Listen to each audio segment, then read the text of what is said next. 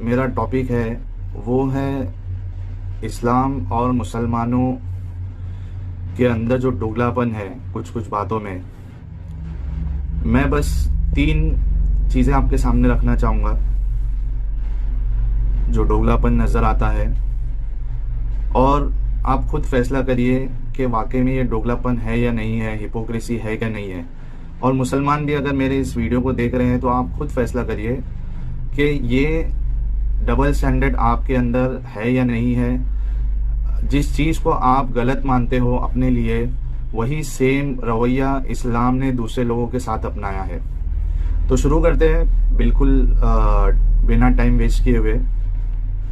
جو ایک سب سے بڑا ڈبل سٹینڈرڈ مسلمانوں کا ہے، حالانکہ ان کو یہ پتہ نہیں ہے کہ ایسی چیزیں اسلام میں ہے، لیکن وہ جو یہ چیز سے ان کو برا لگتا ہے، ہمیشہ ان کو چڑ آتی ہے اور ان کو لگتا ہے کہ ان کے ساتھ ناانصافی ہو رہی ہے، وہ یہ چیز ہے کہ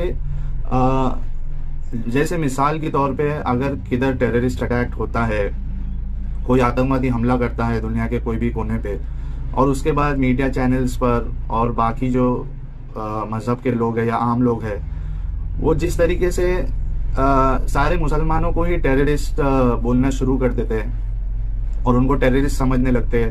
عام طور پہ یہی ہوتا ہے کہ بہت سی جگہ پہ اگر کوئی مسلمان ہے تو ایک کئی لوگوں کو یہ فیلنگ آتی ہے کہ ہو سکتا ہے ٹیررسٹ تو نہیں ہے. تو کئی سارے جو نارمل مسلم ہوتے ہیں ان کو اس بات کا دکھ ہوتا ہے، چڑ آتی ہے، اور ان کو ایسا لگتا ہے کہ ان کے ساتھ یہ ناانصافی ہو رہی ہے کہ کوئی ایک کونے میں دنیا کے کچھ مسلمان اگر غلط کر رہے ہیں تو اس کے بدلے سارے مسلمانوں کو کیوں غلط کہا جائے، ان سب کو ٹیررسٹ کیوں کہا جائے، ان کو ریپسٹ کیوں کہا جائے، پورے اسلام کو غلط کیوں کہا جائے. یہ ان کی ایک ہمیشہ سے چیز رہتی ہے. وہ لوگوں کو بتاتے ہیں ٹی وی پہ آ کے، یہی گانا وہ لوگ گاتے ہیں. اور کہیں نہ کہیں میں اس بات سے اتفاق رکھتا ہوں کہ کوئی ایک اگر برا کام کرے تو اس کے برا کام کرنے کے بدولت سارے لوگوں کو نہیں بولنا چاہیے. لیکن آپ دیکھیے کہ آپ جس چیز سے آپ کو دکھ ہو رہا ہے وہ سیم رویہ اسلام نے اپنایا ہے اور قرآن نے اپنایا ہے. اب اس کی میں مثال دے دیتا ہوں تاکہ آپ کو سمجھ میں آ جائے. کوئی مسلمان اگر کدھر ٹیررسٹ اٹیک کرتا ہے اور سارے مسلمانوں پہ جب انگلی اٹھتی ہے اور جب آپ کو اس کا دکھ ہوتا ہے، تو آپ خود دیکھیے کہ قرآن نے جو باقی مذہب کے لوگ ہیں یا جو کافر ہے، مشرک ہے، ان کے ساتھ بھی سیم جنرلائزیشن کیا ہے. قرآن نے، اللہ نے سیم جنرلائزیشن کیا ہے. جیسے لوگ آپ پہ الزام لگاتے ہیں یا آپ کو پوری قوم کو غلط بولتے ہیں، اسی طریقے سے قرآن نے بھی یہی رویہ اپنایا ہے. آپ دیکھیے مثال کے طور پہ 3 آیتیں میں پیش کروں گا دلیل کے طور پہ.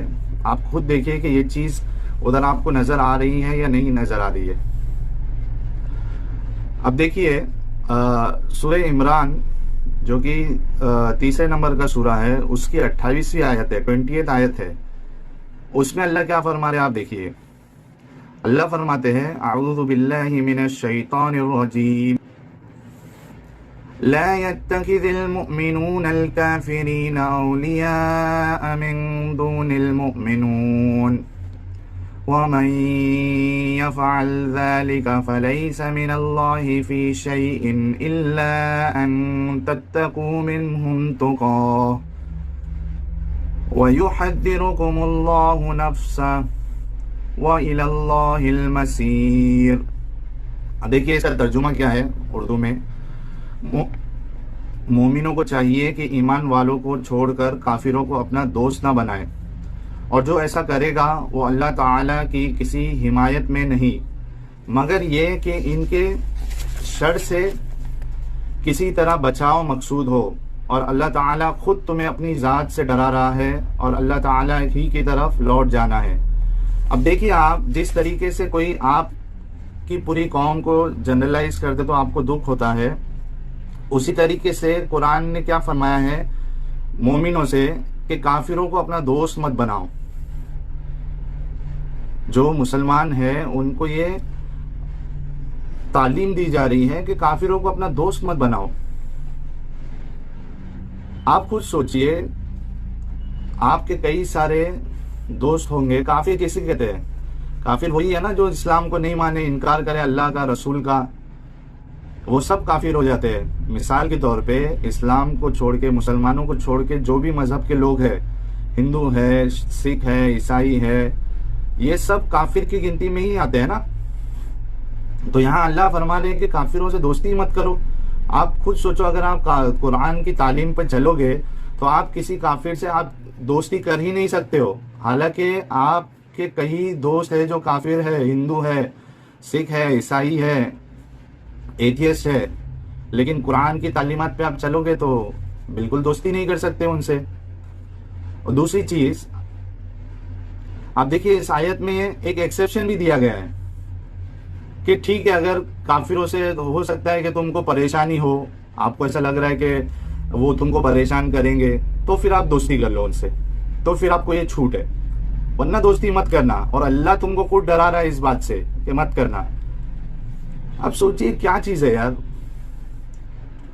آپ کو پتا ہوگا کہ اسلام میں منافق کا ایک کانسیپٹ ہے. منافق کس کو کہتے ہیں؟ جو سامنے طور پہ اسلام، مسلمان ہونے کی بات کرتا ہے لیکن دل میں اس کے اندر اسلام نہیں ہے، اس کو منافق کہا جاتا تھا. برابر، کہ دل میں کچھ اور ہے اور زبان پہ کچھ اور ہے، دکھاوے میں کچھ اور ہے. اب یہ اس میں منافقت آپ کو نظر نہیں آ رہی ہے کہ اللہ فرما رہے ہیں کہ آپ کافروں سے دوستی مت کرو. اور جنرل ٹرم ہے، مطلب اس میں سب کافر آ جاتے ہیں. اور اس میں ایک منافقت یہ ہے کہ اگر ان سے ڈر ہے کہ وہ تم کو پریشان کریں گے. مثال کے طور پہ اگر آپ ایک ایسے ایریا میں رہتے ہیں جہاں ہندو زیادہ ہے یا کافر زیادہ ہے، اور آپ کو ڈر لگ رہا ہے کہ یہ ہم کو پریشان کریں گے، تو وہاں آپ کو اجازت ہے کہ آپ ٹھیک ہے دوستی کر لو. میں اس میں یہ سوال کرنا چاہتا ہوں کہ کیا اس کو منافقت نہیں کہا جائے گا کہ آپ کے دل میں کچھ اور ہے اور آپ دکھا کچھ اور رہے ہو، آپ اپنے مقصد کے طور پہ ان سے کافروں سے دوستی کر رہے ہو. اور دوسرا، کیا اللہ اتنا مجبور ہے کہ وہ تم کو انسٹرکشن تو یہ دے رہا ہے ایکسیپشن والا، لیکن خود وہ تم کو اللہ کافروں سے بچا نہیں سکتا؟ یہ بھی تو چیز ہے. اچھا، اس میں بھی کوئی جیسے عام طور پہ جو اسلامک اسکالرس ہوتے ہیں یا اسپیکرس ہوتے ہیں، وہ ادھر یہ مغالطہ دیتے ہیں کہ یہ سب کافروں کی بات نہیں ہو رہی ہے، یہ کچھ خاص اس ٹائم پہ جو کافر تھے ان کی بات ہو رہی ہے. میں کہتا ہوں کہ اگر یہ ان اسپیسیفک کافروں کی بات تھی تو ان جنرل کیوں قرآن میں بتایا گیا ہے؟ یہ تو ان جنرل سبھی کافروں کو اس کے اندر ڈھکیل لیا گیا ہے. اگر یہ صحیح ہے تو کوئی ہر مسلمان کو ٹیررسٹ بولے تو وہ کیوں نہیں صحیح ہے؟ وہ آپ کو کیوں غلط لگتا ہے؟ اسی کو تو ڈوگلا پن کہتے ہیں.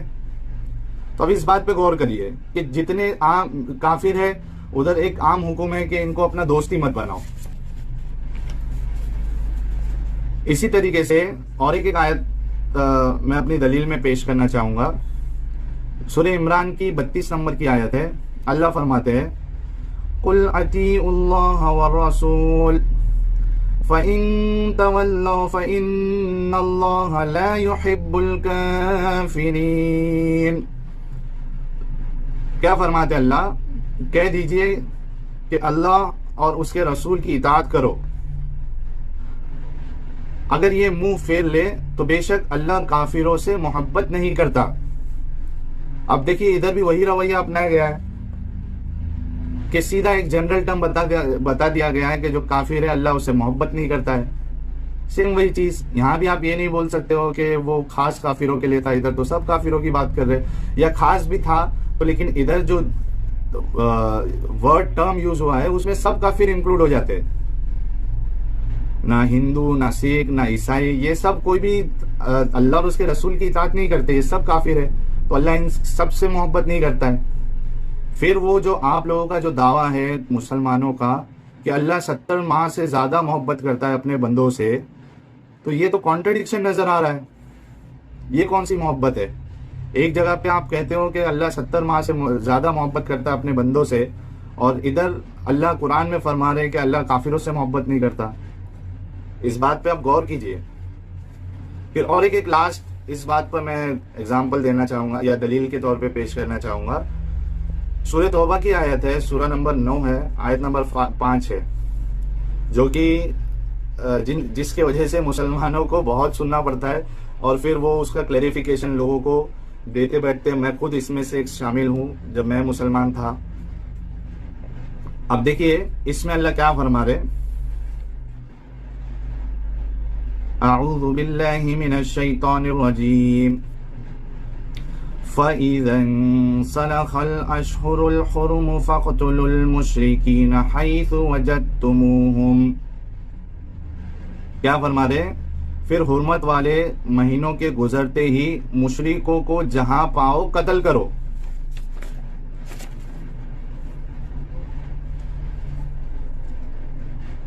ٹھیک ہے، کیا فرما رہے اللہ؟ سورہ توبہ کی جو 5ویں آیت ہے، آگے آیت کنٹینیو ہے، لیکن جو میں اس میں سے مین چیز ہے وہ آپ کو بتانا چاہ رہا ہوں کہ اللہ ادھر فرما رہے کہ جہاں مشرک ملے اس کو، حرمت کے مہینے کے بعد جہاں مشرک ملے اس کو قتل کر دو. اب اس میں بھی ہاں مجھے پتا ہے کہ یہ آیت اگر آپ کانٹیکس میں دیکھو گے تو یہ ان مشرکوں کی بات ہو رہی ہے جس نے معاہدہ توڑ دیا تھا. ٹھیک ہے، اب وہ ایک الگ مسئلہ ہے، اس کو کسی اور ٹاپک ویڈیو میں بتاؤں گا اس چیز کے بارے میں. لیکن یہاں جو ایک جو آپ کا کلیریفیکیشن ہے اس کو میں بازو میں رکھوں، میں صرف یہ بتاؤں آپ کو کہ جنرلائز جس طریقے سے قرآن نے کیا ہے مشرکوں کو کہ جہاں مشرکوں کو پاؤ وہاں مار دو، تو یہ جنرلائزیشن ہے نا. آپ اس کا بعد میں کلیئرٹی اس کو کلیریفیکیشن دیتے رہو، لیکن قرآن نے ان جنرل کہا ہے.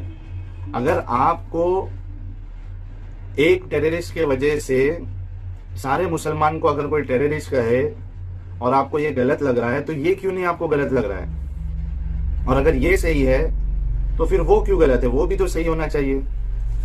اسی طریقے سے ایک لاسٹ میں آیت آپ کے سامنے اس چیز میں اس ٹاپک پہ پیش کرنا چاہوں گا.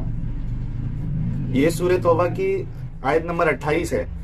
اب اس میں دیکھو، یا ایھا الذین آمنوا انما المشرکون نجس فلا يقربوا المسجد الحرام بعد عامهم هذا.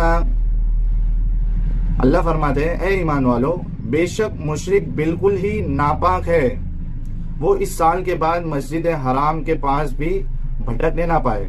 اب دیکھیے آپ نے سارے مشرکوں کو آپ نے ناپاک بتا دیا قرآن نے. اب اس میں آپ کیا اس میں کلیریفیکیشن دو گے؟ آپ قرآن نے تو جنرلائزیشن کر دیا سارے مشرکوں کا. اب کوئی سخت لہجے میں اس کو ہندو کو ناپاک کہا گیا ہے ایسا اگر کوئی کہتا ہے تو آپ اس کے دفاع میں بولتے ہو کہ ہندو کا لفظ نہیں ہے، یہ نہیں ہے.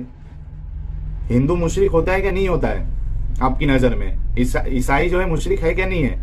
اللہ کے ساتھ عیسیٰ علیہ السلام کو شریک کر رہا ہے، وہ بھی تو مشرک ہے. ہندو بھی مشرک ہے آپ کے حساب سے.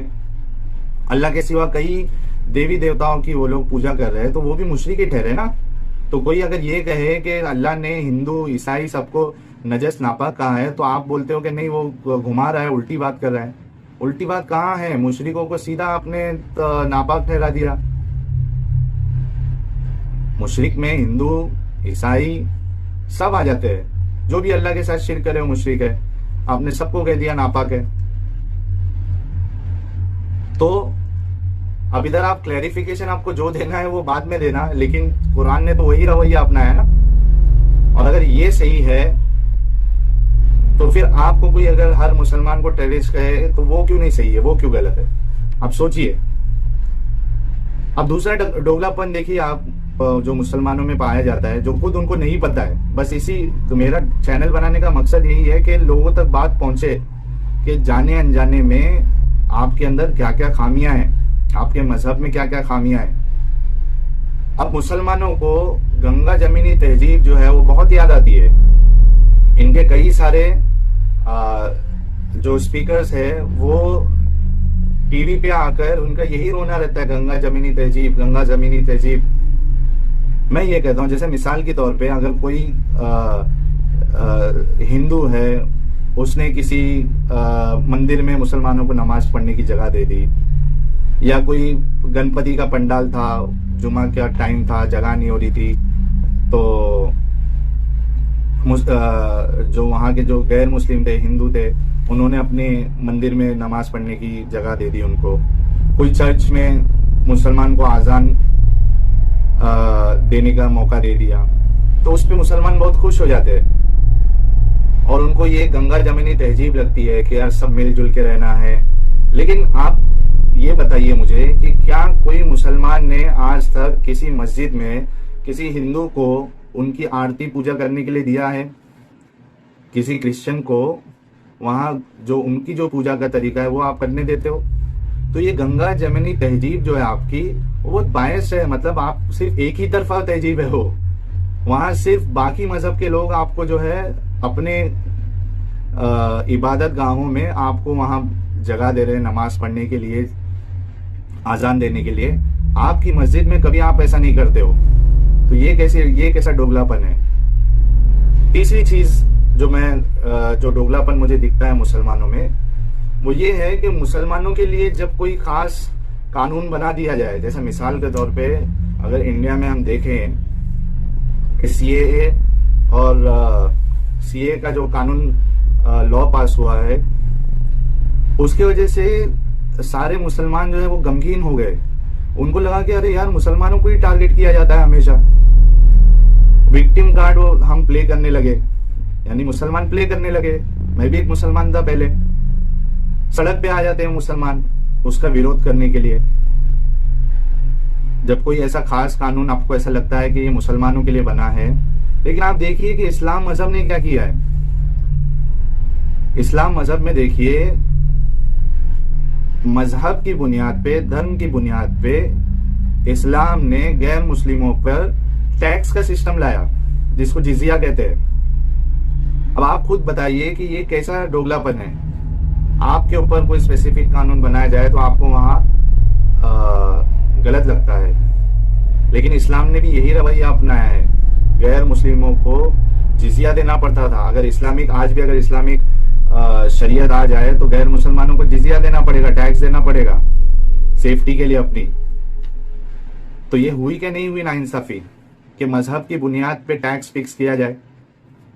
اگر انڈیا میں ایسا قانون نکل جائے کہ صرف مسلمانوں کو ہی ٹیکس دینا ہے اگر انڈیا میں رہنا ہے، تو آپ کو کیسا لگے گا؟